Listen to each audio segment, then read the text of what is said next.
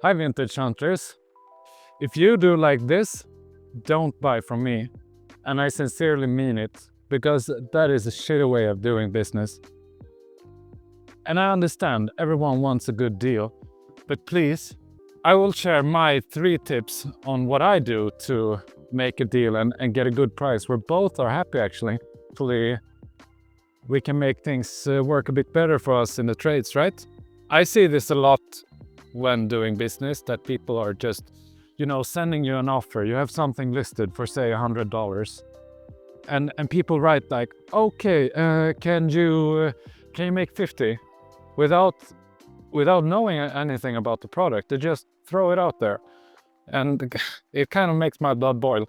But I do understand that, if you send this to 20 persons and one person gives you an okay, then it paid off. And I really can't say anything bad about that. But I have a thing which my mother actually taught me that is so much better and so much more effective, for me at least. And I thought, why not share these tips with you? It's a 3-way strategy with a bonus tip in the end, which has made me almost more affairs and deals than the first 3 tips where I'm buying something that I know what it is alone.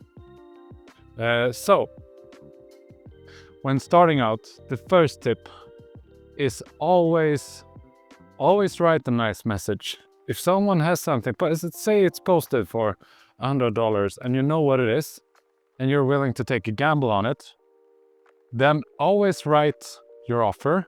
Say I want to pay $70 for it, $70. Then what I do is that I write, hey, I saw you have this listed for $100. I think it's a fair price. I wouldn't sell it for less if I were you, but I am interested in your product, but my budget is $70. And then I propose, try to sell it to others first, because it's probably an okay price. But if you don't find a buyer that you're happy with, then you can always come to me and I will give you the price. And we will make a quick and easy deal. Which means that you gave them the chance, but you're also the fallback guy. Like, okay, if this plan doesn't work out, I can always sell it to that dumb person, which is me. And the thing is that almost all the times, just this first tip works, because you get this, since you're a bit laid back and you give the impression that you're easy to deal with. What happens? The person says, oh, it's too much hassle selling to anyone else, and this guy is probably more better at to make a deal with, so I'll sell to him instead. And what happens is that they'll usually say, okay, I will give you the deal. But it doesn't stop there. Number 2, let the seller take the time. Because sometimes it can take 1 week, it can take 2 weeks or a month before you hear from them again, because they are trying to find the market and see. But the thing is, more often than not, they come back earlier than that. But what is important here is as well that if they come back, make sure to fulfill your promise. Because people talk, I don't know, or if it's karma, but I feel that if I'm messing deals up, then the deals won't come to me. But if I actually make sure that I honor my promises, that usually means that I get more deals in some kind of way.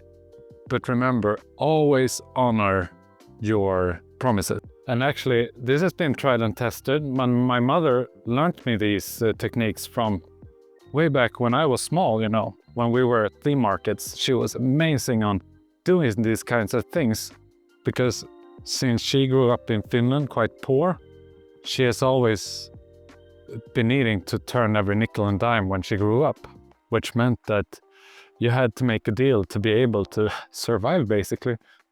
But she really honed down her techniques and made them work. And it's quite amazing, because when you want to do a deal, You're always so much into it, you know, let's make it happen, let's make it happen. But the thing is that the seller is often not that much in a hurry as you are. So what usually happens is that you're too aggressive. And when you're too aggressive, the seller goes to someone else. You don't want that to happen. So be laid back and make sure, just like my mom did, because she always got what she wanted, but that is because she wasn't that involved in what she was buying. She was always thinking that, okay, I can get this somewhere else, even if you can't, but you have to have that mindset that there is always one more thing of this. There is always a better deal. So if this deal doesn't work out, okay, I'll move on to the next one. And that's also a very important lesson to learn, talking about point number 2, because if you can't wait out a deal, then you're probably not making a good one. And you know what? People love to talk about themselves. That's why in number 3, ask questions, listen to their stories. It might seem strange, but when you meet up with the seller, ask them about the product, ask them how they got it, what their personal relationship is to it. You would be surprised to know what you find out. But also, when you build rapport with someone, say for example you have bought, I don't know, a guitar, someone who plays guitars, or a vintage bike, someone who is a collector, the chances that they have something more is quite big.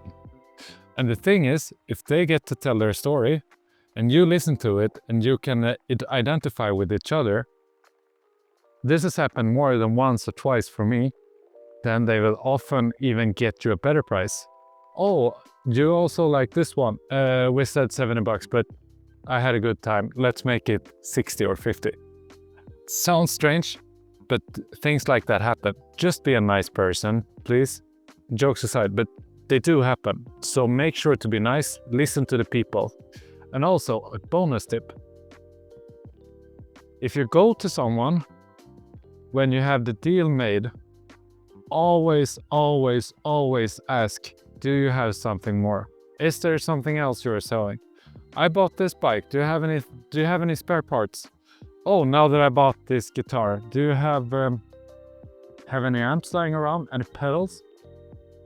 Or you have bought vintage kitchenware? Oh, you had this series. Have you heard about this one? Or utensils? Utensils can be crazy expensive sometimes. The thing is, always ask, is there something else? I know I watched an episode with Joey Bonamassa, the guitarist, and his dad was a vintage dealer, and he said that the most important fact that he learned from his dad when going out making a buy is to ask, is there anything more? And the thing is, you want to find certain types of people in these ads. Like Joey Bonamassa's father used to hunt down cheap Gibson guitars or cheap amps, or just, go through the listings with guitars. And what he found was that if he went to look at a guitar, he could usually find much nicer stuff if he was easy to work with, kept his words, all that, showed that he was prepared to buy something, and then asked, do you have something more? What happened was that people trusted him and said, oh yeah, by the way, I have this thing, which was much more expensive Gibson that someone left behind, yada yada yada, don't know what. And there he could strike gold. And it's the same here. Always ask.